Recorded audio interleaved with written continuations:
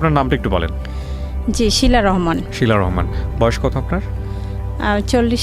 40-এর পর আপনি শুরু করেন ছোটবেলা থেকে, যেখান থেকে বলার আছে। আমার বাবা ক্লাস 5-এ যখন আমি পড়ি তখন উনি মারা গেছেন। জি। তারপর আমার মা চাকরি করতো। আমাদের 5-6 ভাই বোন ছিলাম। তারপর মানে আমার বড় 2 বোনকে বিয়ে দিছে, তারপরে 2 ভাই, তারপর মানে আমি পঞ্চম, তারপরে আমার ছোট বোন। জন্ম জেলা কোথায় আপনার? জি, জন্ম জেলা লালমনিরহাট। লালমনিরহাট। হ্যাঁ। আচ্ছা। তারপর 2 বোনে বিয়ে হয়ে গেছে। তারপর 2 ভাই ছোটই ছিল।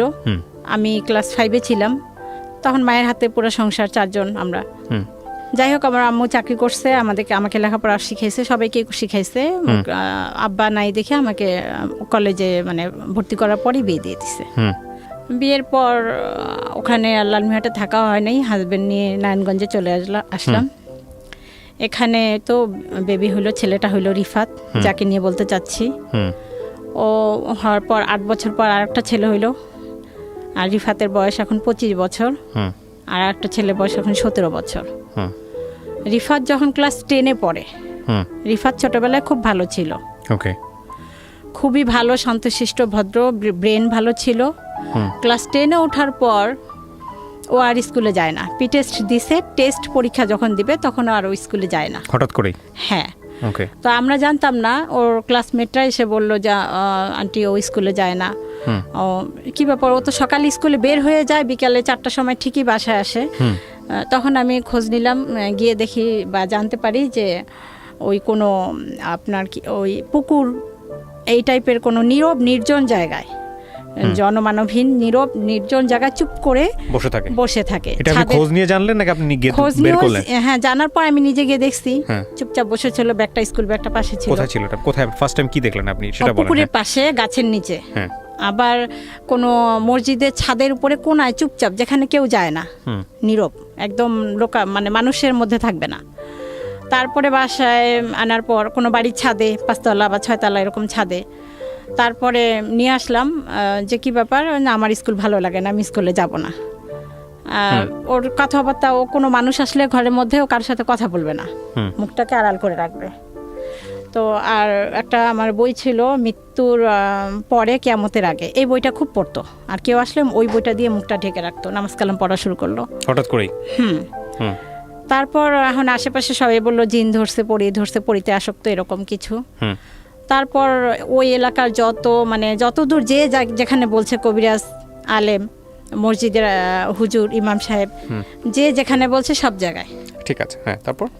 তারপরে আর ও তখন থেকে ওর সন্দেহটা শুরু হয়েছে। ওই আমরা যেমন একটা হুজুর নিয়ে আসি, দেখাই যে না এটা, ওই বলে যে এই হুজুরটা ভালো না, ওই হুজুরটার কাছে চলো। ওইটা জিদ, ওই দিকে ওর মানে ওই যে সন্দেহটা ওখান থেকে শুরু। ওটাই ওর মনে করতেছে ওইটাই ঠিক হবে। তারপর আবার সেখানে যাই।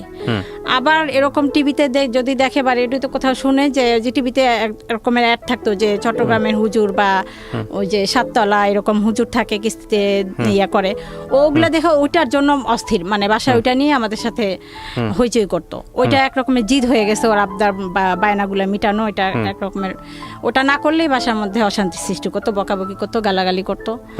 তারপর ওইরকমই করার পর দেখি যে না, আমার কাছে মনে হলো যে এটা তো ওর শরীর সবকিছু ঠিক আছে, অথচ এরকম বলতেছে। আমি আবার হুমায়ুন আহমেদের বই পড়তাম, সাইকোলজি। তখন আমার কাছে কেন যেন মনে হলো এটা কোনো মনের রোগ হইতে পারে, এরকম কিছু। তারপর ওই যে চট্টগ্রামের কোনো হুজুর টিভিতে যদি অ্যাড দেখে যে অমুক হুজুরের কাছে বা ওইরকম কোনো ইয়ার কাছে গেলে ভালো হবে, ওইটার জন্য বায়না করতো, প্রচুর বায়না করতো। তারপরে ওকে আমরা নিয়ে আসলাম যে না, ঢাকা পপুলার নিউরোলজি ডাক্তার দেখাইলাম। আচ্ছা। ওখানে দেখানোর পর উনি যে মেডিসিনগুলো দিল, তারপর ওগুলি 2-3 দিন খাওয়ার পর ওর মানে একটা সাইড এফেক্ট থাকে, যেটা আগে বুঝতাম না, এখন বুঝি। বমি টমি করতো, গ্যাস ট্যাস হতো, এরকম অজ্ঞান হয়ে পড়ে থাকতো, খুব প্রচুর বমি টমি করতো, আর শরীর এত মানে উইক দেখা যায় তো এতটাই। তখন ওইটা বন্ধ করলো, ও খাইতে চাইলো না। আমিও আর বুঝি নাই তখন যে না খাওয়াইলে সমস্যা হতে পারে, আমিও বন্ধ করছি। যে ছেলে এরকম হলো, যে না তাহলে মনে হয় মানুষ যেটা বলে জিন পড়ে এরকমই কিছু হতে পারে। তারপর আবার ওই আর একটা বায়না করলো কি যে ওর মুসলমানি করানো হয়নি। আমরা ছোটবেলায় যে মুসলমানিটা করছি এটা এক ধরনের ওর মানে সন্দেহ, যেটাও সন্দেহ করবে ওইটাকেই। হ্যাঁ, আপনাদের ছোটবেলায় যেটা হয়েছে সেটা ওর মনে করতেছে যে ঠিক নাই, ও মনে করতেছে যে ও যেটা মনে করবে ওটাকেই সঠিক মনে করে, যে সেটাও পরের বিষয়। আপু কি বললো ঠিক নাই? হ্যাঁ, হয়নি, আবার নতুন করে করতে হবে। আচ্ছা, তো বুঝাইলো, বুঝে না, ঠিক আছে কোথায় করবা? তখন একটা ফার্মেসির লোককে দেখাই দিল, সেই লোকের কাছে ওর বাবা নিয়ে গেল। ওই লোক ওই দিন বিকালে ছিল না। তখন আর আব্বু বললো এই লোকটা নাই, তাহলে আরেকটা ফার্মেসির দোকান পাশে আছে, ওনাকে দেখাই। তো ওনাকে দেখাইছো, উনি বলছে ঠিক আছে কালকে নিয়ে আসেন, 1000 টাকা লাগবে। ঠিক আছে, এটা আরও 7-8 বছর আগের ঘটনা। তারপর ও পরের দিন রাত্রে ও আসছে, ও সকালে ওর আব্বু ডিউটিতে যাবে 8টার সময়, ও বকতেছে ওর আব্বুকে, বাজে বাজে বকা দিতেছে, যেগুলো কখনো করে নাই। হ্যাঁ, যে তুই আমাকে নিয়ে গেলি না, মানে যত রকমের রাপ ভাষায় বলা যায় যেগুলো উচ্চারণ করা আমার পক্ষে সম্ভব না। তো ওর আব্বু বলতেছে আমি তো নিয়ে গেলাম, সেই লোক ছিল না, আমি কি করব বলো। এই কথা বলার সাথে সাথে ও উঠে ওর আব্বুকে মানে গেট দিয়ে বের হয়েছে, এরকম বের হয়েছে, একটা ঘুষি দিছে। হ্যাঁ, যেটা কখনো এর আগে করে নাই। 7-8 বছর আগের গল্প, 10 বছর আগে বলতে গেলে। হঠাৎ করে ঘুষি দিছে, খুবই ভালো ছিল, হঠাৎ করে এরকম ঘুষি, আর ওর ঘুষির আওয়াজটা এমন হয়েছিল 3 তলা থেকে সবাই চলে আসছে। ওরে বাবা, এত বৃষ্টি আওয়াজ হয়েছিল, এত মানে মনে হয়েছিল যে ওর সাথে 10 জন মানুষ ওর সাথে পারবে না। মানে চেহারা দেখার পরে ওর সামনে যে ওকে এসে আটকাবে এই সাহসটা কারো হয় নাই। সবাই দূরে থেকে দেখতেছে, এমন একটা ভাবমূর্তি ওর ভিতরে চলে আসছে। কেউ সবাই দূরে আছে, আমরা বলতেছি যে আপনারা ধরেন না কেন, ধরেন ওর আব্বুকে মারার চেষ্টা করতেছে। তখন আমি কি করছি, ও এইদিকে তাকায় আছে, ওইদিকে ওর আব্বুর সামনে, আমি পিছন থেকে মনে হলো যে যাই হোক আমি একটা লাঠি দিয়ে ওর মাথায় আঘাত করি, নাহলে ওকে থামানো যাইতেছে না, মানে আরো মারবে এরকম অবস্থা, এরকম একটা ওর আব্বুর সাথে ইয়া করতেছে। তখন আমি পিছন থেকে, ও কিন্তু এইদিকে তাকায় আছে, আমি লাঠি নিয়ে আসছি, ও ওইদিকে ওর আব্বুর সাথে কথা বলার পর মোচড় দিয়ে আমার লাঠিটা নিয়ে আমাকে মারতে আসছে। আচ্ছা, এই জন্য এইসব বিষয়ে মানুষ বলে যে জিনের ইয়া এরকম।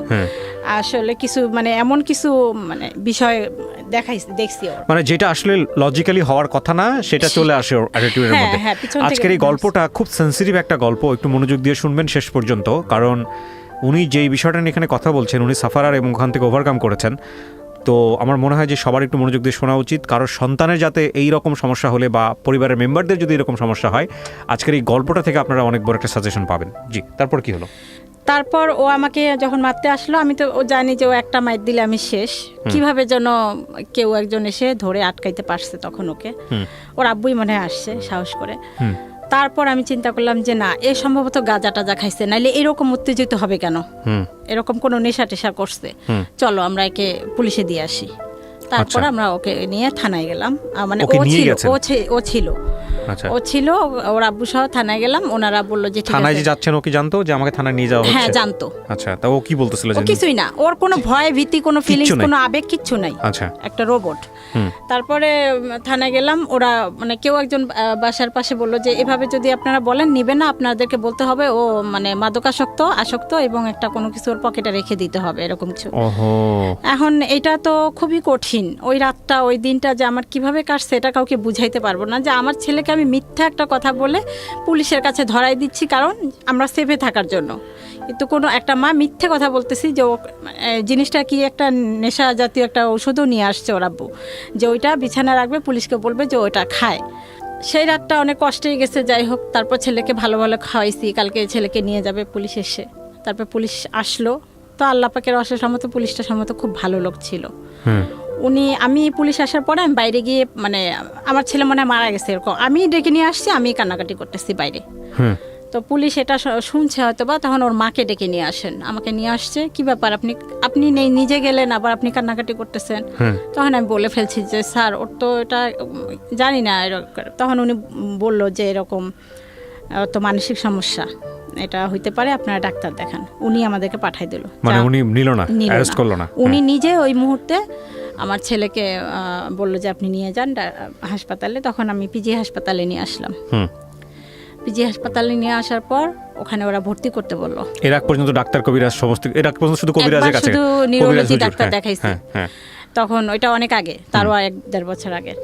তারপরে মেডিকেলে নিয়ে আসলাম। মেডিকেলে নিয়ে আসার পর ওখানে ওরা 10 দিনের জন্য ভর্তি রাখলো এবং ডাক্তার আমাকে তখন ওরা জানাইলো যে আপনার ছেলের একটা রোগ, এই রোগের নাম সিজোফ্রেনিয়া, মানসিক রোগ, প্যারানয়েড সিজোফ্রেনিয়া। Paranoid schizophrenia. কত বছর আগে এটা জানলেন?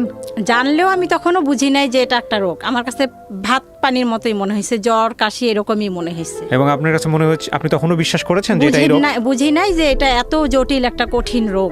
না, কিন্তু আপনি যখন আপনাকে বললো যে সিজোফ্রেনিয়া, তখন কি আপনি এটা বিশ্বাস করেছেন যে না এটা সত্যি সিজোফ্রেনিয়া, নাকি আপনি তখনও কবিরাজি? সিজোফ্রেনিয়া সম্পর্কেই তখন আমি জানি না।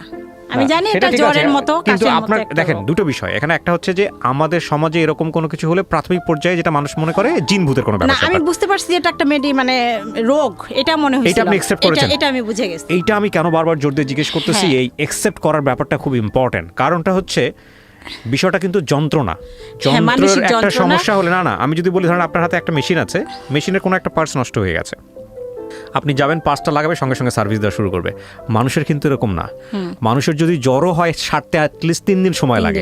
আর মানুষের মধ্যে যখন অস্থিরতা কাজ করে তখন কিন্তু মানুষ একটা পথ্য বেছে নেয় না, বিভিন্ন রকম। কেউ যদি বলে ডাক্তার, কেউ বলে যেখানে বলে সেখানে মনে হয় যে গেলে ভালো হবে। আর আমাদের সমাজে সাধারণত এই ধরনের প্রবলেম বৈজ্ঞানিকভাবে সমাধান করতে চায় না কেউ, জিনভূত মনে করেই ওইখানেই পড়ে থাকে। এই জন্যই আমি আপনাকে জিজ্ঞেস করছিলাম যে আপনি মেডিকেল সায়েন্সটা অ্যাকসেপ্ট করেছেন কিনা। এটা আমি প্রথমেই অ্যাকসেপ্ট করছি। ওকে, তারপর যেহেতু আমি ওই যে হুমায়ুন আহমেদের বইগুলো পড়তাম সাইকোলজিক্যাল, প্রথমেই আমি করছি। কিন্তু শুধুমাত্র আমি করলে হবে না, আমার পরিবার ওরা কোনোভাবেই অ্যাকসেপ্ট করেনি। এ পর্যন্ত, এখন পর্যন্ত বলতে গেলে অনেকেই করে নাই।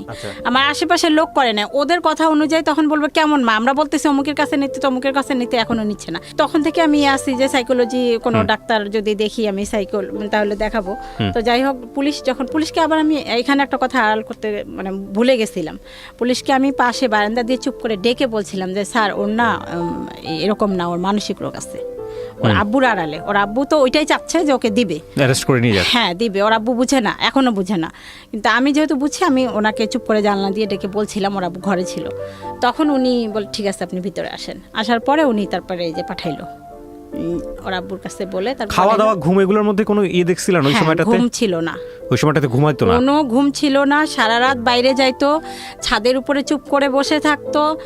আপনার পুকুরে মানে একটা বিল্ডিং এর পিছনে যে নোংরা জায়গাগুলো থাকে, আবর্জনা, মানুষ লোকে ইউরিন করে ত্যাগ করে, ওই রকম জঘন্য জায়গার মধ্যে এভাবে হেলান দিয়ে এভাবে পড়ে থাকতো। রোদ আসতো, বৃষ্টি হয়তো, মানে কোনো অনুভূতি ছিল না ওর ভিতরে যে এখন রোদ হচ্ছে, বা সারাদিন না খাইতো না, এরকম করতো। এরকম একটা অবস্থা। জিজ্ঞেস করেছিলেন যে তুমি কোনো ধরনের কোনো মেয়ের প্রেমে পড়েছো কিনা? সে মেয়ে তোমার কাছে এরকম কিছুই না। জিজ্ঞেস করেছিলেন আপনারা? হ্যাঁ, বহুবার। আচ্ছা, এরকম কোনো কিছু না। আর এগুলা দেখলে ওইগুলা হলে তো আমরা বুঝতামই, তখন তো ফোন টোন ছিল না।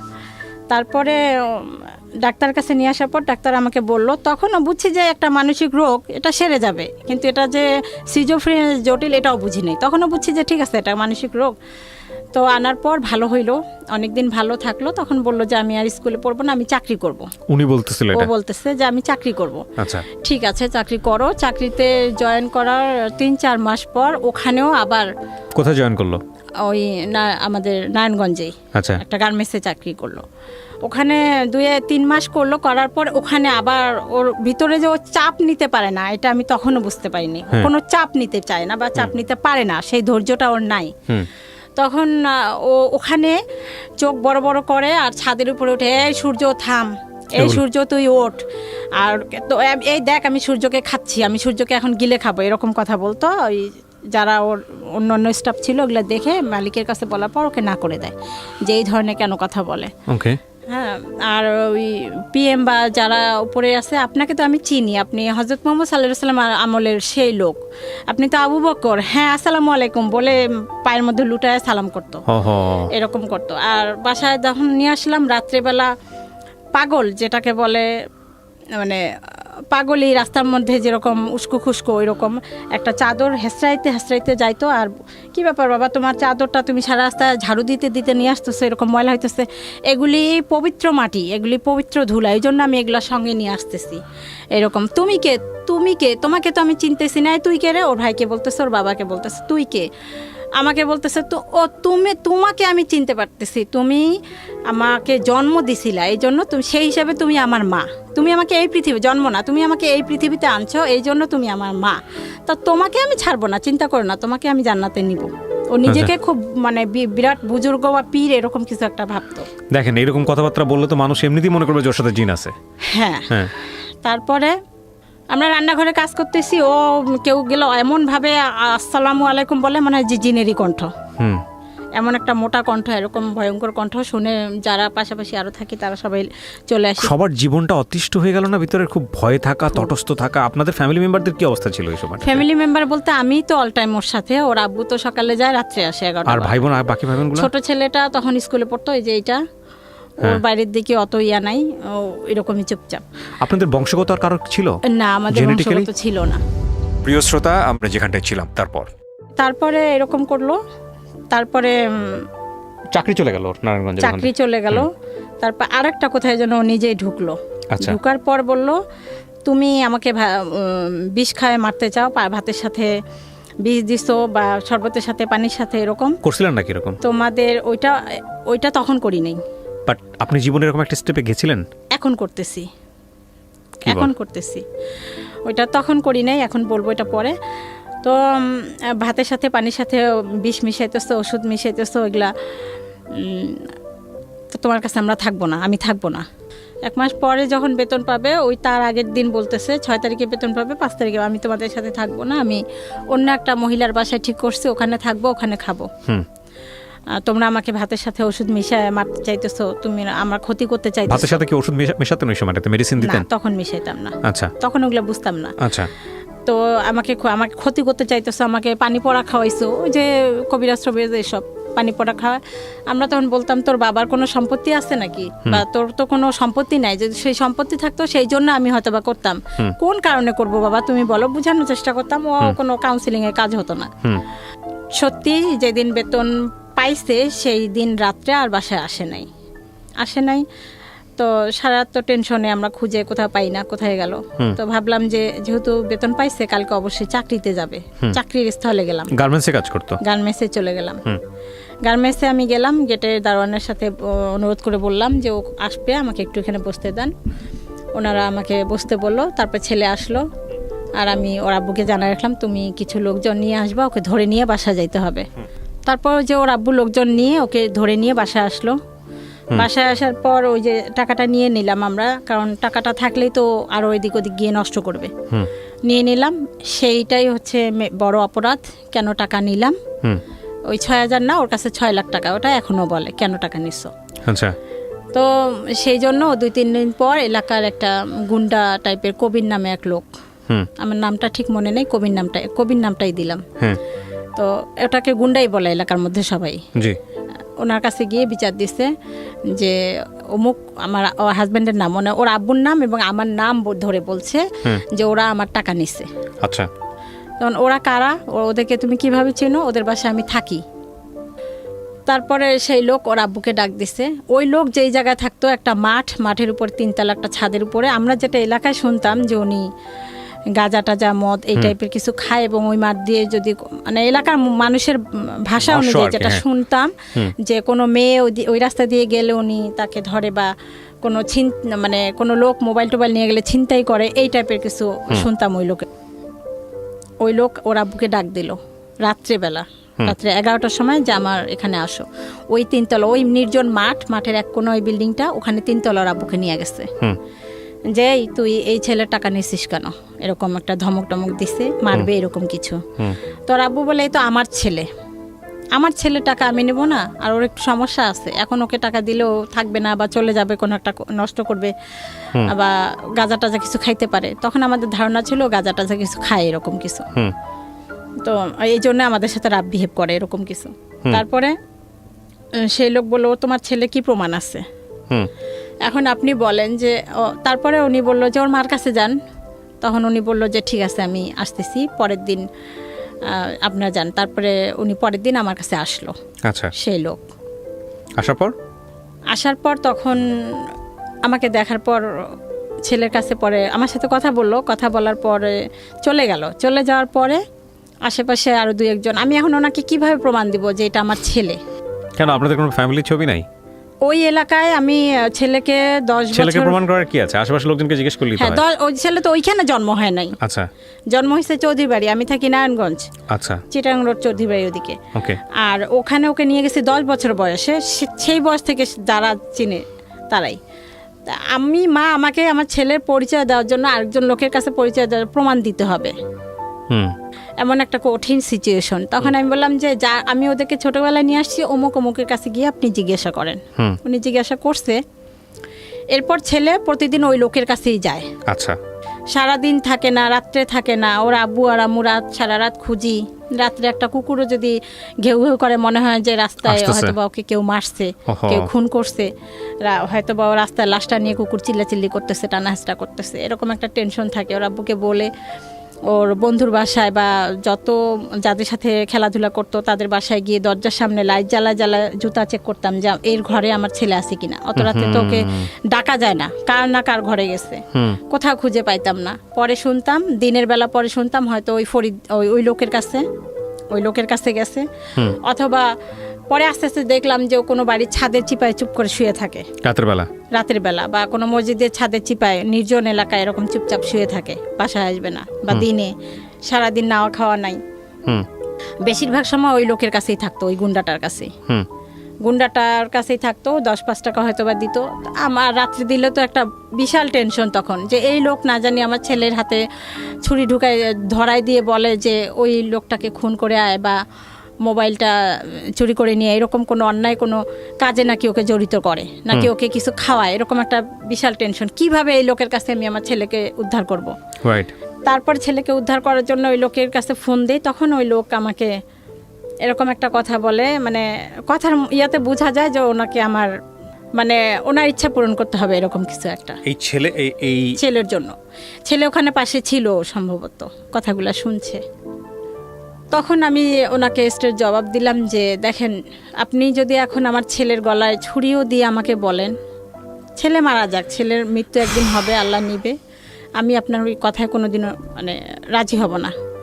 আপনি যা খুশি তাই করেন, আমি আপনাকে আর ফোনও দেব না। আর একটা কথা শোনেন, আমি আপনার কথাগুলো কিন্তু রেকর্ড করে রাখলাম আমার সিমে। আমি যেহেতু আপনাকে বারবার ফোন দেই, যদি আমার ছেলের কোনো ক্ষতি হয়, এই রেকর্ড করা কথাগুলো কিন্তু চলে যাবে থানায়।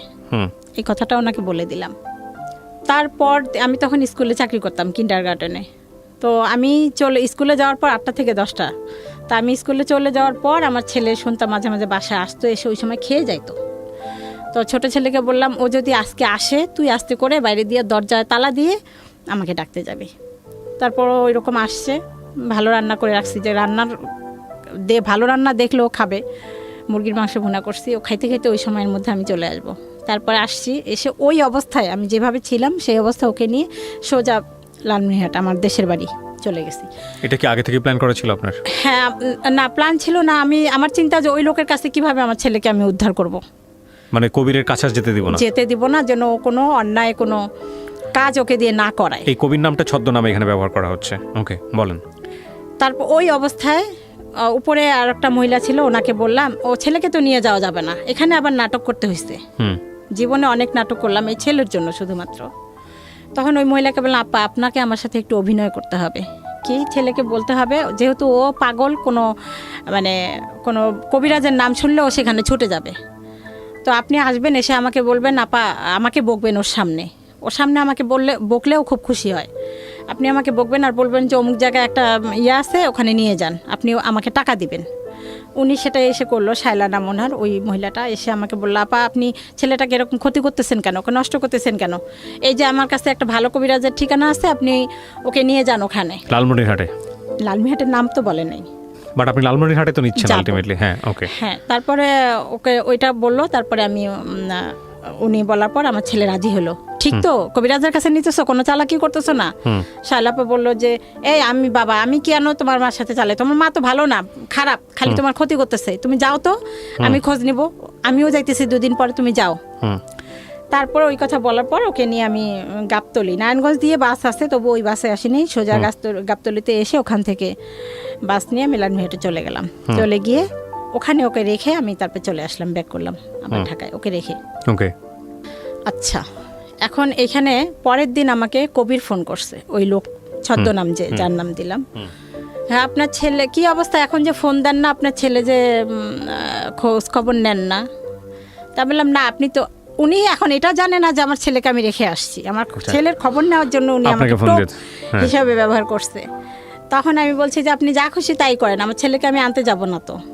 তো তো উনি ভয় পড়ে, টেনশনে নিউজটা পড়ে গেছে, পায় হ্যাঁ। নাই আমার কাছে। হ্যাঁ আমি ছেলে আসা ছেড়ে দিয়েছি। হ্যাঁ ওইরকম ছেলে আমার দরকার নেই যে আপনার মতো একটা গুন্ডার কাছে গিয়ে থাকতে পারে, আর আপনার মতো গুন্ডা এই ধরনের কথা আমাকে বলতে পারেন। আমি ছেলেকে ছেড়ে দিয়েছি, আপনি যা খুশি তাই করেন। তারপরে অনেক দিন পর, কয়েক মাস পর আমার ছেলেকে নিয়ে আসা হইলো ওইখানে। কার কাছে ছিল লালমনিরহাট? ওটা আমার মায়ের কাছে ছিল। ওর কি ধরে বেঁধে রাখতে হইতো? তখন কোনো মাঝে মাঝে ও ভালো হয়ে যাইতো, অটোমেটিক ভালো হয়ে যাইতো মাঝে মাঝে, খুব নর্মাল আচরণ করতো। নর্মাল আচরণ করতো। মা আর একটা বিষয়, ও বাইরের কারোর সাথে কোনো খারাপ কখনো করেনি? কখনো এই পর্যন্ত করে নাই। ইন্টারেস্টিং। তারপর? হ্যাঁ, অন্যান্য এই সিজোফ্রেনিয়া অন্যান্যরা করে, কিন্তু এর বেলায় সেই জিনিসটা এখন যায় নাই। তারপরে ওখানে মার কাছে রাখার পর মা মনে হয় কবিরাজ টবিরাজ দেখাইলো। দেখার পর ওখানে কবিরাজ বলছে ওর সাথে 3টা শয়তান আছে, একটা ভালো শয়তান, একটা খারাপ শয়তান, এরকম নানান কিছু। তারপরে আসলো বাসায়, কিছুদিন ভালো ছিল। তারপরে আবার ঢাকা মেডিকেলে ডাক্তার দেখাইলাম, ওখান থেকে আবার ট্রিটমেন্ট করলাম, করার পরে আবার ভালো হইলো। ও বাসায় আসার পর, লালমিয়া থেকে ঢাকায় আসার পরে আবার অসুস্থ হয়ে গেল। আবার সে আগের মতো। তারপর আবার ইয়াতে ঢাকা পিজি হাসপাতালে নিয়ে ট্রিটমেন্ট করলাম। ট্রিটমেন্ট করার পর আবার সুস্থ হইলো। মানে কিছুদিন ট্রিটমেন্ট করলে ভালো থাকে, আবার কিছুদিন পর ও যখন ভালো হয়ে যায় তখন আর ওষুধ খাইতে চায় না, যে আমি ভালো হয়ে গেছি, আমি ওষুধ খাবো কেন। তারপর আবার একদিন হঠাৎ করে ও বললো আমার বুক জ্বালাপাড়া করে, আমার অস্থিরতা লাগে। তখনও ঢাকাতে? লালমিরহাটে। হ্যাঁ, লালমনিরহাটে, সরি এই নারায়ণগঞ্জে। নারায়ণগঞ্জে। তখন আলটিমেটলি আপনার বাসায় থাকে না কবিরের সঙ্গে? হ্যাঁ, চলে আসছে। হ্যাঁ। আর আমরা কবিরের বাসা ওই এলাকা থেকে আরেকটা এলাকায় চলে আসছি, এই জন্য ওই লোকের থেকে দূরে। তারপর আমার বুক জ্বালা পরে, আমার অস্থির অস্থির লাগে। মানে ঘরে আসে 5 মিনিট বসে, ভালো লাগে না, আবার বাইরে যায়, মনে হয় যে বাইরে গেলে ভালো লাগবে, আবার বাইরে গিয়ে আবার সারা এলাকা টোটো করে ঘুরে, আবার মনে হয় যে না ঘরে গেলে ভালো হবে, ভালো লাগবে, আবার ঘরে আসে, এরকম অস্থিরতায়। তারপরে লেখাপড়া তো একেবারেই বন্ধ, ক্লাস 10-এ উঠে বন্ধ। হ্যাঁ। তারপরে একদিন ওকে আমি বললাম কি আমার সিমটা বিকাশ করতে হবে, চল তো বাবা যাই, পাশেই দোকান, 2 মিনিটের রাস্তা। ওকে নিয়ে গেছি, আর ওই ছবিটা নিতে মনে নেই, বাবা তুমি ছবিটা নিয়ে আসো। এমনি নর্মাল, কিন্তু ওই যন্ত্রণার কথাগুলো বলে। আমি বিভিন্ন রকমের ফার্মেসি থেকে ফাইল টাইল এটা সেটা আইনা খাওয়াই, যে গ্যাস্ট্রিকের কারণে হইতে পারে, এরকম গ্যাস্ট্রিকের ফাইল বা গ্যাস্ট্রিকের ওষুধ টষুধ আইনা খাওয়াইতেছি, কোনো কমতেছে না, এরকম সবসময় বলতেছে আমার কেন জানি বুকে জ্বালা পড়া লাগে। তো ও এরকম বলতেছে যে বুক জ্বালা পড়া করে, অস্থিরতা লাগে, এর মধ্যেই চলাফেরা করতেছে, খাচ্ছে, ঘুমাচ্ছে। তো আমি তো ওই যে ডাক্তার ফার্মেসি থেকে ওষুধ টষুধ এনে খাওয়াচ্ছি, যে বুক জ্বালা পড়া করে কিসের। তারপরে একবার হাসপাতালেও নিয়ে গেলাম ডাক্তারের কাছে, যে এটা ফিজিক্যালি কোনো সমস্যা হইতে পারে। সেখান থেকেও গ্যাস্ট্রিক ওষুধ টষুধ দিল, পেট ব্যথার ওষুধ দিল, কিছু হচ্ছে না। ওই নর্মালভাবেই চলাফেরা করে, কিন্তু ওই কথাগুলো বলে আমার ভালো লাগে না, অস্থির লাগে, আমার কেমন জানি লাগে, অস্থির অস্থির। তারপরে আমি ওকে নিয়ে যখন সিমের দোকানে গেলাম, ও বললো যে ছবি লাগবে, ছবি নিতে বাসায় আসছে। আসার পরে ও গোসল করেই 3 তলায় ছাদের উপর উঠে লাফ দিছে সুইসাইড করার জন্য। লাফ দিয়ে দিয়েছে? বুঝলেন কিভাবে আপনারা? আমি তো দোকানে, হ্যাঁ, আশেপাশের লোকেরা বুঝছে, তারা চলে আসছে, আর আমি দেখলাম যে ছেলে এখন আসতেছে না কেন। তখন আমি বাসায় আসার জন্য পা বাড়াইছি। ওকে, তারপর তখন কেউ একজন ছুটে গিয়ে আমাকে রাস্তাতেই বললো যে ও 3 তলা থেকে লাফ দিছে। 3 তলা থেকে লাফ দেওয়া কত কিছু হইতে পারে। এক্স্যাক্টলি। আপনি কি করলেন? আমি গিয়ে আর কোনো সুযোগ পাইনি। খবরটা পাওয়ার পরে আপনি কি দেখলেন? আপনি কি করছেন? আপনার চোখে কি দেখছেন ওটা বলেন। আমি গিয়ে দেখি ওকে লোকজন ধরে তুলছে, ও এইভাবে দাঁড়ানো আছে, ওর এই থুতনিটা ফেটে গেছে, রক্ত। তখন আমি কান্না করি নাই, যে আমি যদি এখন কান্না করি, আমার ছেলে এখন কেউ নাই, কে যাবে, কে ট্রিটমেন্ট করবে। আমি কান্নাটা কেমন যেন, আল্লাহ পাকে আমার ভিতরে মানে একটা শক্তি বা সাহস দিচ্ছে। দেখি কেউ একজন বেবি ট্যাক্সি নিয়ে আসছে, আমি ওকে সহ উঠলাম। আমার সাথে যাওয়ার মতো কেউ ছিল না ওই সময়। রুমে সম্ভবত 3000 টাকা ছিল, ওইটা নিয়ে পপুলারে চলে গেলাম। ওখানে গিয়ে কান্নাকাটি করতেছি, স্যারের পাও ধরতেছি, যে স্যার কিছু একটা করেন, দেখেন কি হয়েছে, কত দূর, কতটুকু কি হয়েছে, এটা আমাকে বলেন। ওনারা সব কিছু পরীক্ষা করলো, একদম আল্ট্রাসাউন্ড, এক্সরে, পায়ে x-ray, total body check up করার পর বললো যে ওর পাটা গেছে। পা গেছে? পায়ে কি হয়েছে? পা ভেঙে গেছে, পায়ে হাঁটুর উপর থেকে আপনার ওটাকে কি বলে, হিপ পর্যন্ত, হিপ পর্যন্ত এই জায়গাটা ভেঙে গেছে, ভেঙে এরকম ছুরির মতো, ওকে, হাঁটুটা এরকম হয়ে গেছে। আচ্ছা। উনি বলল 1 লাখ বা তার উপরে লাগবে অপারেশন করতে। তখন আমার কাছে 1 টাকাও নাই, আর 3000 টাকা পরীক্ষাতেই লেগে গেছে। তারপরেও ওকে আমি নিঃশ্বাস বন্ধ করে, যে না একটা সিএনজি, তখন অতক্ষণে ওর আব্বু চলে আসছে ওকে নিয়ে, বললো তাহলে আপনারা যদি টাকা নাই তাহলে পঙ্গুতে নিয়ে যান। পঙ্গুতে আসলাম, পঙ্গুতে আসার 1 মাস এই ট্র্যাজেডিটা বলতে চাচ্ছিলাম যেহেতু সময় নাই। যে পা ভেঙে গেছে ওর সেই ফিলিংসটা তখন নাই, ও একটা মানসিক রোগী, ওর সেই যন্ত্রণাটা নাই। ওর পা ভেঙে গেছে, ওকে পায়ের এইখানে রড দিয়ে এখানে বের করে এরকম একটা রড দেওয়া হয়েছে, সেই রড দিয়ে আমি যদি টয়লেটে যাইতাম এসে দেখতাম ও ফ্লোরের মধ্যে হাঁটাহাঁটি করতো। ওরে বাবা, ওর ভিতরে কোনো যন্ত্রণা নাই। এইটা দেখে অন্যান্য যাদের হাত পা ভাঙ্গা পঙ্গু হাসপাতাল সমস্ত রোগী গোল হয়ে দাঁড়াইতে যেন কোনো সার্কাস দেখতেছে। ওরা মাথায় আশ্চর্য হয়ে যায় যে এইরকম পায়ের মধ্যে রড নিয়ে এরকম মানে পা ভাঙ্গা একটা ছেলে পাটা নেড়বের করতেছে এরকম, সেইটা নিয়ে ও খোঁচায় খোঁচায় হাঁটতেছে। ও মাই গড, মানে ওর ওইটার কোনো যন্ত্রণা নাই। আচ্ছা, ডাক্তার যখন আপনাদেরকে বলে দিল দিস ইজ প্যারানয়েড সিজোফ্রেনিয়া, তখন বুঝি নাই আমি। এরপরে ট্রিটমেন্ট ওনার তত্ত্বাবধানে ট্রিটমেন্ট করেন নাই আপনারা, নাকি ওই বলা শুনেই শেষ? না ট্রিটমেন্ট করছি। ওই যে এই রোগ তো কিছুদিন মানে লং টাইম ওষুধ খাইতে হবে, এইটা আমি বুঝি নাই। মানে ওনার আন্ডারে তত্ত্বাবধানে থাকেন নাই, মূল কথা হচ্ছে এটা। না, ওকে, তারপর তখনও ওষুধটা আমি কন্টিনিউ ধরি নাই। ওকে প্রিয়, যাই হোক 20 দিন রাখার পরে ওর পাটা রড লাগাই দিল, সেই রড নিয়ে বাস। তখন পঙ্গু হাসপাতাল থেকে তখন সবাই বলল যে এই যে পাশেই শ্যামলী হাসপাতাল, মানসিক রোগের হাসপাতাল, এখানে এটা ট্রিটমেন্ট হয়। আরও অন্যান্য যারা হাত পা ভাঙছে একটা ট্র্যাজেডিতে ওইখানে ট্রিটমেন্ট করছে, বলে কি এটা মানসিক রোগ, আপনি এটা ইয়া করেন। তখন ওখানে দেখাইলাম। ওই কত সালের গল্প এটা? মানে পরে 16 সালের ঘটনা, 2016 সালে কাগজটা আছে। তখন ওই যে ইয়া পরে হাঁটতে তো পারে না, রড দেওয়া, স্ক্র্যাচ বলে, স্কেচ বা কিছু একটা। হ্যাঁ, ওকে ওভাবেই নিয়ে এসে মানসিক হাসপাতালে ডাক্তার দেখাইলাম। ওখান থেকে আবার সুস্থ হইল। আচ্ছা, সুস্থ হওয়ার পর ও সুস্থ প্রতিবারই তো যে ট্রিটমেন্ট করতেছি, এর আগেও তো মেডিকেলে করলাম, পিজিতে করলাম। তখন ও সুস্থ হওয়ার পর ও আর ওষুধ খাইতে চায় না, বলে আমার তো কোনো অসুখ নেই, আমি তো সুস্থ হয়ে গেছি, আমি ওষুধ খাবো কেন? কোনোভাবেই ওকে ওষুধ খাওয়ানো যায় না, কোনো কিছুতেই না। তখন মানসিক হাসপাতাল থেকেও ডাক্তার বলে দিল যে আপনাদেরকে ওষুধ কিন্তু চালা যাইতে হবে, যদি দেখেন সুস্থ হয়ে গেছে তবু ওষুধ বাদ দিবেন না। আর ও তো ওষুধ, এই রোগীরা ওষুধই খেতে চায় না, আমি কি করব, কিভাবে? ও তো ছোট বাচ্চা না যে জোর করে খাওয়া। রাইট। বড় বড় ওষুধগুলি। আবার ওষুধ ছেড়ে দিল। ছেড়ে দেওয়ার পর আবার ওইরকম মাঝে মাঝে রাব বিহেভ করে, আমাকে মারতে আসতে চায়।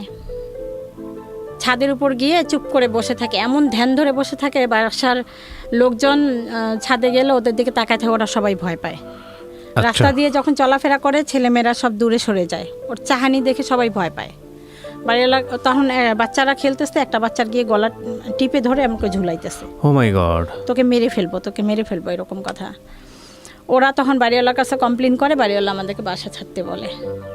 4-5 বছর এই বাসায় ছিলাম, ছাড়তে বলে যে আপনার ছেলে এরকম একবার 3 তলা থেকে লাফ দিচ্ছে, তবু আমরা মেনে নিছি। এখন এরকম ছাদে গিয়ে চুপ করে বসে থাকে, মানুষ ভয় পায় ছাদে যাইতে, আর আশেপাশে এরকম করে, কমপ্লেন সবাই করতেছে, আপনি আমার বাসা ছেড়ে দেন। হ্যাঁ, তো আমরা বাসা ছাড়ি। তার আগে ভাবলাম যে আবার ওকে হাসপাতালে নিয়ে যাই। তখন ট্রিটমেন্ট করেই তখন যে ইঞ্জেকশন দেয় ফার্মেসি থেকেও ওষুধগুলো কিনতে গিয়ে কোনোভাবে ভুল ওষুধ দেয়, তখন আমি অতটা বুঝি না যে কোন ওষুধ কীরকম।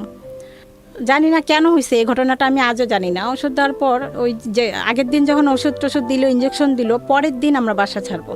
ভাবলাম নতুন বাসায় যাই, ওষুধ খাওয়াই, যদি ভালো হয় ওখানে যেন কোনো আচরণ না করে। আমরা বাসা ছাড়ছি, আর এই বাসা ও কী করছে, পুরা উলঙ্গ হয়ে রাস্তা দিয়ে হাঁটছে, শুধু জাঙ্গিয়া পরে। আর আমরা তো ওই নতুন বাসায় গেছি, তো এলাকার সবাই কোন বাসায় গেল খোঁজ পায় না। তারপরে কোনোভাবে কেউ আমার নাম্বার দিছে, ফোন দিছে যে আপনার ছেলেকে এসে দেখে যান। এসে দেখি এরকম সব মানুষ জড়সড় হয়ে দেখতেছে, ভিডিও করতেছে, কেউ কেউ মজা নিতেছে। আর ওর পাশে কেউ যাওয়ার সাহস নাই, সবাই ভয় পায় দূর থেকে। ধরতে পারবে কি, ধরার মানে সবাই ওকে ভয় পায়, কিভাবে ওকে ধরবে, কিভাবে আমার কাছে নেবে। ওর আব্বু আর আমি অনেক কষ্ট করে বাসায় নিয়ে গেলাম। নিয়ে যাওয়ার পর তখনও বুঝে নেয় ও কোন ইয়াতে গেছে, কেন এটা হলে এখনও বুঝে, আজও জানি না। বাসায় নেওয়ার পর ও যখন রাত্রে বিছানা থেকে নেমে টয়লেটে যাবে, ও যেভাবে পাটা দেওয়ার দরকার অন্যভাবে পাটা দিয়ে ধাম করে ওয়াল শোকেসের উপর পড়ে ওয়াল শোকেসের গ্লাসগুলো ভাঙলো। ইচ্ছা করে ভাঙে নেই, ও কিন্তু পড়ে গেছে, অ্যাবনর্মাল, ওর শরীর একদম লুজ হয়ে গেছে। আবার আমরা ধরতে যাই, শুধু এইটুকু মনে আছে আমাদেরকে এইভাবে বলতেছে, সর, মানে আওয়াজও বেশি একটা নেই, মুখ জড়ায় জড়ায় কথা বলতেছে। আবার ও অন্যদিকে হাঁটতেছে, যেদিকে বাথরুম সেদিকে না গিয়ে অন্যদিকে হাঁটতেছে, সেখানে পড়ে যাচ্ছে। ড্রেসিং টেবিলে পড়ে ড্রেসিংয়ের গ্লাসগুলো ভেঙে ফেললো। তারপর জোর করে ধরে যখন বাথরুমে নিলাম, ওই কলের পরে কলটা ভেঙে ফেললো। তারপর নিয়ে আসলাম, তখন বললাম যে ও তো খাইতে দিলাম, ও খাওয়া এখানে ভাত, ও অন্য জায়গায় হাত দিচ্ছে। তখন মনে হলো মানে ওর ব্যালেন্সটা নাই, ছেলের চোখগুলাই চলে গেছে, এরকম মনে হচ্ছিল। চলেই গেছিল তখন প্রায়, মানে ও চোখে কিছু দেখে না। আচ্ছা, আপনি আজকে কথার মাঝখানে একবার বলে ফেলেছেন যে মাঝখানে মনে হতো যে ওকে সুইসাইড করার জন্য বা ওকে মেরে ফেলার জন্য কোনো স্টেপ নিতেন আপনারা, যেটা আপনি বলতে চাচ্ছিলেন, আপনি বলেছেন, এখানে রেকর্ড আছে। এটা আর মাথা নাড়ালে হবে না, তাহলে ব্যাখ্যা করতে হবে ঘটনাটা কি। হ্যাঁ, আমি যেটা বলছিলাম, ও যখন বলতো যে তোমরা আমাকে বিষ খায় মারার চেষ্টা করতেছো, সেই বিষটা কি, আচ্ছা, সেইটা ও যেটা সন্দেহ করছে সেই সন্দেহটা এখনো আছে, সেটা এখন করতেছি, সেটা বিষ না, সেটা ঔষধ। আচ্ছা আচ্ছা, সেটা আপনি ব্যাখ্যা করতে চাচ্ছিলেন। হ্যাঁ। তো এরকম হতো, সহ্য তো মানুষের একটা শেষ আছে। আমার নিজেরও একটা বাচ্চা আছে, আমি জানি যে এক্সট্রিম লেভেলে করলে ওর মা মাঝে মাঝে দু একটা চল লাগাই দেয়। হ্যাঁ, এবং প্রথম দিকে আমি একদমই ওটা সাপোর্ট করতাম না, কিন্তু মাঝে মাঝে মনে হয় যে আচরণ শেখার জন্য কিছুটা প্রহার প্রয়োজন আছে, নইলে একদম এক্সট্রিম লেভেলে চলে যায়, ওয়াইল্ড হয়ে যায়। কিন্তু আপনি কি কখনো গায়ে হাত তুলতেন এই যখন এরকম আচরণ করতো? সেই মানে সেই ইয়াটাই ছিল না, ওকে ধমকও দেওয়া যাইতো না, ও 4টা ধমক দিত। মানে নিতে পারতেন, মানে ও যদি কিছু করবেন গায়ে হাত করবো সেই সাহসটাও আমাদের ছিল না। ওর এমন ভাবমূর্তি হইছে, যে মানুষ মৃত্যুর পরোয়া করে না, তাকে আপনি শাসন করে কি করবেন? হ্যাঁ, কথাটা এখানেই। একদিন আমি এই তুই এই কাজটা করলি কেন, এখানে একটা থাপ্পড় দিছি। হ্যাঁ, ও আমাকে সাথে সাথে এখানে একটা থাপ্পড় দিছে, আমার কানটা এখনো ফাটা, ভিতরে পড়া ফেটে গেছে। মানে সাধারণ কথার মধ্যেই, কেন তুই আমার গায়ে হাত তুললি, আমি তখন বুঝি না যে ওই রকম এক্সট্রিম লেভেলে চলে গেছে। যাই হোক, তারপরে কি হলো? সেই রাত্রে তারপরে ওই অবস্থা, তখন আমি দেখলাম যে ও চোখেও দেখে না, ওর মধ্যে কোনো ব্যালেন্স নাই। ওকে তখন ওকে আমরা বাঁধার চেষ্টা করলাম। ওর আব্বু আর ছেলে ঘুমাই গেল, একবারের মধ্যে ওর আব্বু আর ছেলে ঘুমাই গেছে। তখন ও আমাকে ওকে আমি বুঝাইতেছি, দোয়া টোয়া পড়তেছি, তখন ও আমাকে বলতেছে, আমার পায়ের কাছে বসে বলতেছে, আম্মু।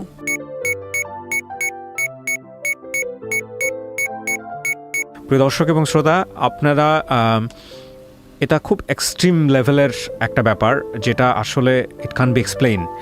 আমি আজকে এই গল্পটাকে এভাবে আপনাদের সামনে উপস্থাপন করছি এই কারণে যে এগুলো আসলে আমাদের গণমাধ্যমে সেভাবে আসে না বা এগুলো নিয়ে তেমন কথাবার্তাও হয় না। আমাদের মেইন স্ট্রিম গণমাধ্যম বলি বা যাই বলি না কেন, সেই জায়গাগুলোতে আমরা আসলে মোটা দাগে যেসব জিনিস নিয়ে ব্যস্ত থাকি, সেই সব জায়গার চেয়েও যে আরও অনেক গুরুত্বপূর্ণ বিষয় অনেকভাবে আসতে পারে, সেই জায়গাটিকে আমি বরাবরের মতো আমার রেডিও ক্যারিয়ারে খুব সিরিয়াসলি দেখানোর চেষ্টা করেছি। সেরকম একটা গল্প এটা, যে কারণে আমি কোনো বিষয়ে আপনাদেরকে মানে বুঝতে বাকি থাকে এরকম কোনোভাবে উপস্থাপন করছি না। আমি শুধু দেখানোর চেষ্টা করছি, যেটাকে উনি প্যারানয়েড সিজোফ্রেনিয়া বলছেন বা জাতীয় রোগ বলছেন, সেটা হলে একটা মানুষ, পরিবারের একটা রক্তের বন্ধনের মানুষ, সে কি পরিমাণ অমানুষ হয়ে যেতে পারে বা কি পরিমাণ ওয়াইল্ড হয়ে যেতে পারে, কি পরিমাণ তাকে কন্ট্রোললেস অবস্থায় আপনারা চিন্তা করতে পারেন, সেই অবস্থা বোঝানোর জন্য আমি গল্পটা এভাবে উপস্থাপন করছি। এতে করে কেন ভেবে উপস্থাপন করছি সেটার একটা ব্যাখ্যা আমি এখনই দিয়ে রাখছি, যাতে করে আপনার পরিবারে যদি কেউ এরকম হয় ইনিশিয়াল স্টেজে, আপনারা যাতে প্রপার ট্রিটমেন্ট নিতে পারেন, বা যদি এরকম স্টেজে চলেও যায়, কিভাবে আপনি কিওর করবেন, তাকে কিওর করার জন্য আপনাকে কি পরিমাণ ধৈর্য, শক্তি, সাহস নিয়ে লড়াই করতে হবে, যে লড়াই কোনো অর্থেই যুদ্ধক্ষেত্রে লড়াইয়ের চেয়ে কম শক্তি সম্পন্ন না, সেরকম একটা লড়াইয়ের সাহস যেন আপনি আজকের এই গল্প থেকে পেতে পারেন। So this is a very important story. বলেন তারপর। তখন দেখলাম যে ওর চোখটাও চলে গেছে, ও নড়তেও পারতেছে না। তখন ওকে আমি শিকল দিয়ে বেঁধে রাখলাম, এবং তখন আমি নেটে সার্চ দিলাম যে এই 4টা ওষুধ ওকে খাওয়াচ্ছি, এগুলো আসলে কি। তখন আমি নেট ইউজ করা শুরু করছি মাত্র, তার আগে এতদিন করি নেই। ওর ওই রোগের কারণে, ওই যে পা ভাঙলো, ও তখন আমি নেটে মানে সবাই রক্ত আমি পাচ্ছিলাম না, ওর পা যখন ভাঙলো কেউ রক্ত কোথাও পাচ্ছিলাম না। অন্য বেডে সবাই দেখি ফেসবুকে ছাড়তেছে, রক্ত দিচ্ছে। তখন আমার হলো যে না, আমিও ফেসবুক ইউজ করবো, এরকম সমস্যায় পড়লে যেন রক্তটা করতে পারি। তারপর আমি নেটে সার্চ দিয়ে দেখলাম যে একটা ওষুধ আসতো, ওইটা যদি বেশি খাওয়ানো হয়ে যায় তাহলে চোখের জ্যোতি চলে যেতে পারে, সেই রকম হতে মানে দুর্বল হয়ে যায়, কোনো শক্তি থাকে না শরীরের। তো দেখলাম সেই ওষুধটা ও দিনে 4 বার করে খাচ্ছে, ও নিজেই খাচ্ছে, ও তো আমাদের কথার মধ্যে থাকে না, নিজেই ঘর করে খাচ্ছে। সাথে সাথে ওষুধগুলো সরাই ফেললাম, সব ওষুধ খাওয়া নিয়ে বন্ধ করলাম। কিছুদিন পর স্বাভাবিক হওয়ার পর ওই ইঞ্জেকশনটা শুধু দিতাম, মাসে 21 দিন পর একটা ইঞ্জেকশন হয়, সেটা দিতাম। ওষুধ আর খাইতেও চায় না, ও কোনোভাবেই খাইতে চায় না। 20 সাল এসে সব থেকে মারাত্মক, সব থেকে ভয়ঙ্কর যে কাজগুলো হয়, যেগুলো সহ্য করার মতো না, সেই কাজগুলো 20 সালে এসে ঘটানো শুরু করলো। মার্চ মাস থেকে ও সম্পূর্ণ, এতদিন আমরা জানতাম যে হয়তো বা গাঁজা টাজা খায় এই জন্য এরকম করে, কিন্তু মার্চ মাসে সম্পূর্ণ লকডাউনে 3 মাস ঘরে ছিল, একটা সিগারেটও খায় নাই, তারপরেও ঘরের জিনিসপত্র ভাঙচুর, এতদিন ভাঙে নাই। এখানে আরও একটা ঘটনা আমি বলতে ভুলে গেছি। ওই বাসায় যখন এই ঘটনাটা হইলো, সেদিন পরের দিন সকালে বাড়িওয়ালা এসে দেখে আমার ঘরের জিনিসপত্র ভাঙচুর।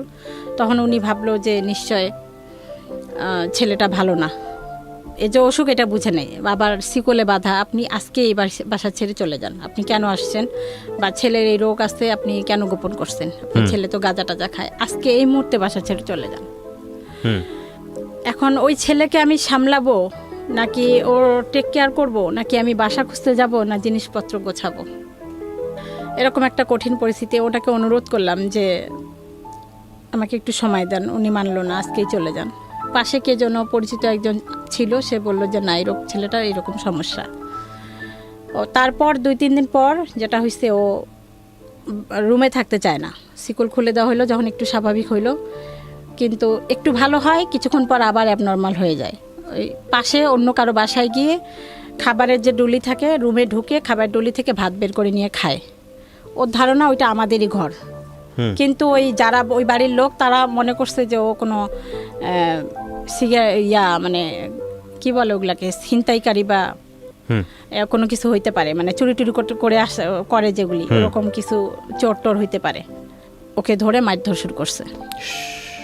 তারপরে পাশে একটা পরিচিত লোক, ও আরই ওকে মারতেছে কেন, ওর তো সমস্যা আছে, উনি বুঝছে, যার যে পরিচিত লোকের চোখে, তখন ওই লোকে ওকে ছুটায় আমাদের বাসায় নিয়ে দিয়ে আসছে। ওকে আমরা আটকায় রাখতে কোনোভাবেই পারি না। তারপর 20 সালে এসে যে এরকম মারাত্মক অবস্থা, ভাঙচুর করে, আমাকে বলে তোকে বটি দিয়ে টুকরা টুকরা করে মেরে ফেলবো, মানে খুব ভায়োলেন্ট, খুবই মানে অস্বাভাবিক আচরণ হয়ে গেছে। আমার ওর আব্বুকে মারতে চায় ছুরি দিয়ে, কোনোভাবে ওষুধ খাবে না, অনেক কষ্টে মানে হাসপাতালও আসবে না, ওষুধও খাবে না। অনেক কষ্টে যখন হাসপাতালে নিয়ে আসলাম, যে স্যার ওকে ভর্তি করেন, ও বাসায় মারামারি করে, আমার ছেলেকে মারছে, রক্তাক্ত অবস্থা, তাও আরো মারতেছে, গলা টিপে ধরছে, রক্ত পড়তেছে, মাথা ফেটে গেছে, ছোট ছেলেকে মারছে। ওর আব্বুকেও মারধর করে, আমাকেও মারতে আসতে চায়। টিভিটা নিয়ে একদম ছুঁড়ে আমার দিকে ফেলতে গেল, আমার মাথার উপরে টিভিটা নিচে পড়ে গেল। মোবাইল ইচ্ছা মতো বেশ কয়েকটা মোবাইল ভেঙে ফেলছে। এত উদ্ধত, এত মানে এখন আর কোনোভাবে কন্ট্রোল করা যায় না। 20 সালে এসে কোনোভাবেই আর ওকে কন্ট্রোল করতে পারতেছি না। ছিলাম তারপর হাসপাতালে নিয়ে আসলাম, মানসিক হাসপাতালে, অনেক কষ্টে। তখন ও ভর্তি হবে না, ভর্তির কাগজ স্যার লিখে দিছে, ভর্তি হয়ে আরেকটা রুমে যাব, ও চলে আসছে ওখান থেকে, আমাকে রেখে ও একাই চলে আসছে বাসায়। এরকম করে একটা মাসে 4 বার এই মানসিক হাসপাতালে আসা হয়েছে। আচ্ছা। আর কোনো বাসেও আসবে না, রিজার্ভ সিএনজি বা এরকম কিছু। এই মুহূর্তে এসে ওর আব্বুরও চাকরি চলে গেছে। আমি আমার প্রাইভেট টিউশনি কিছু করতাম, সেগুলো বলতে গেলে স্কুল বন্ধ থেকে বাদ। আমরা একেবারেই বলতে গেলে পথে নেমে গেছি। তারপরেও নিজেরা যেভাবেই চলি, যেভাবেই খাই, ছেলের ট্রিটমেন্টের জন্য অনেক কষ্ট করে এদিক ওদিক টাকা ঋণ করে ওকে মানসিক হাসপাতালে ভর্তির চেষ্টা, যখন 4 বার আসা যাওয়া করলাম, কোনোভাবেই হলো না। আর ওর আরও একটা জিদ যে আমাকে ফার্মেসি থেকে এই ফাইলটা এনে দাও, 300 টাকা, 400 টাকা, 500 টাকা, এই ফাইলটা এনে দাও, এটা খাবো, এটা 2 দিন খাই, আবার এটা এনে দাও। প্রচুর টাকা, প্রচুর ঋণ হয়ে গেল, কোনোভাবেই আর পারতেছি না। তখন ফেসবুকে আমি একটু ছাড়লাম যে আমি আর কি করব, আর পারতেছি না, এখন হয়তোবা আমার নিজেকে শেষ করার মতো একটা পরিস্থিতিতে আমি চলে আসছি, এরকম একটা কিছু লিখছিলাম।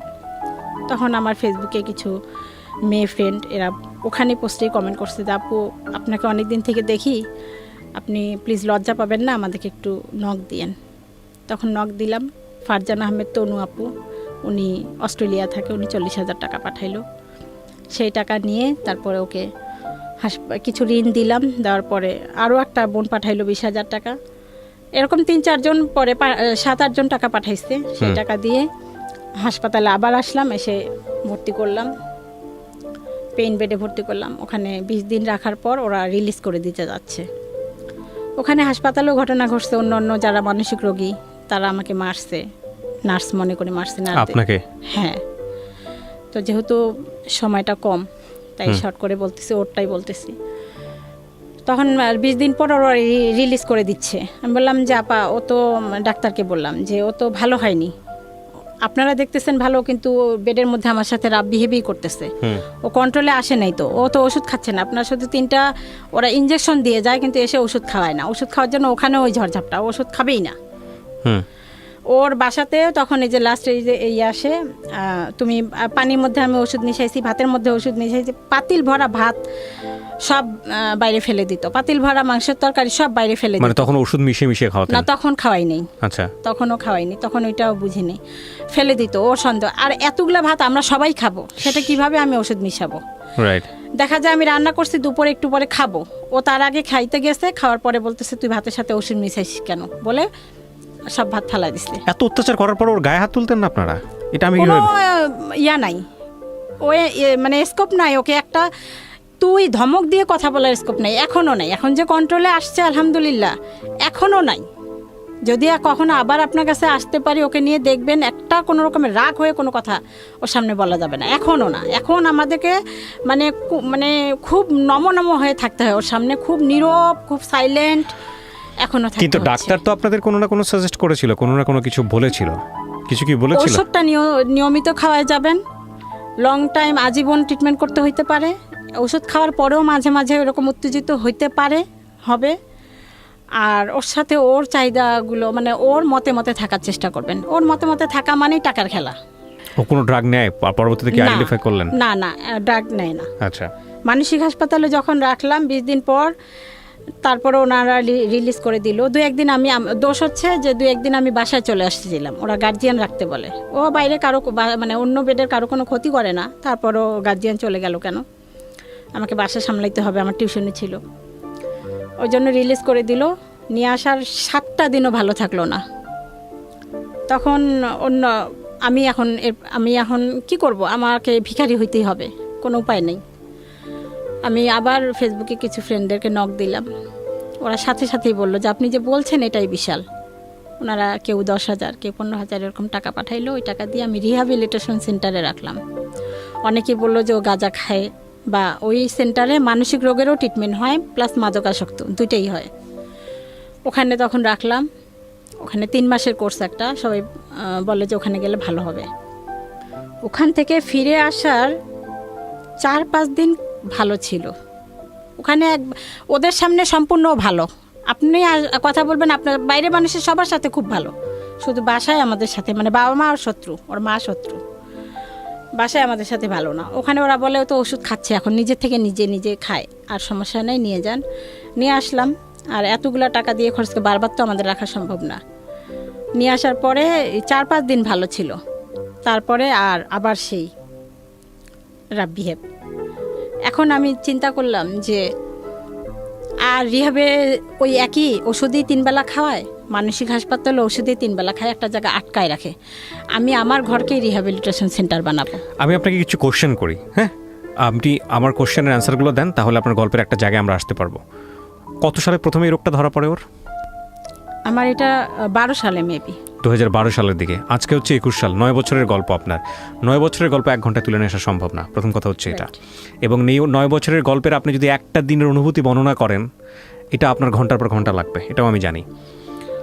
এখন আমি যেটা বুঝতে পারছি যে ও সাময়িক সুস্থ অবস্থার মধ্যে আছে। ওর বয়স কত হয়েছে এখন আনুমানিক? 25 বছর। 25 বছর। ওর কি বিয়ে শাদী দেওয়ার চেষ্টা করেছেন? এখন করতেছি। এখন করতেছেন।